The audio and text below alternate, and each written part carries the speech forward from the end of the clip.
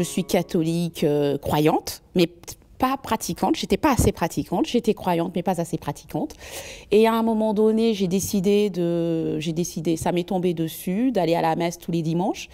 Et après ça, je me suis dit que j'avais besoin d'une petite retraite pour revisiter certains fondamentaux, etc.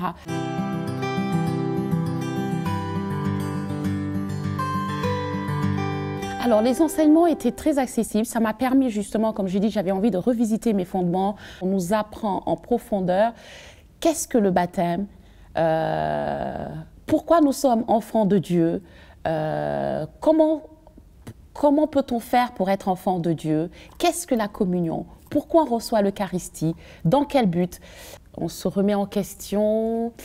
On fait un bilan de sa vie quelque part un peu, hein, par rapport à ce qu'on a vécu, ce qu'on a entendu, ce qu'on a, voilà, les enseignements, qu'est-ce qu'on peut en tirer, quelles leçons en tirer.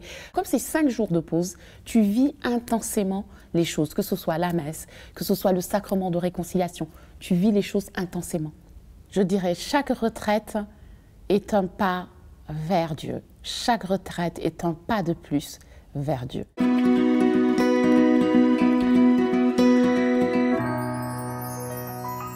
Quand tu sors de cette retraite, tu es dans un nuage. Tu n'as même pas envie de partir de là.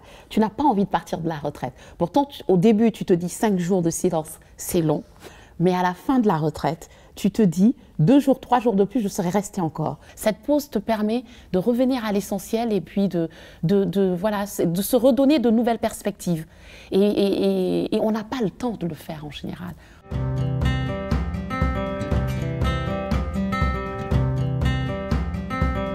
Moi, je dis, tu ne regrettes pas. Il n'y a aucun regret. Aucun regret. Quand tu vas à un foyer de charité, en tout cas, moi, toutes les personnes à qui j'ai conseillé d'y aller, et moi-même, quand je suis partie au foyer de charité, je ne suis jamais revenue triste. Non, jamais.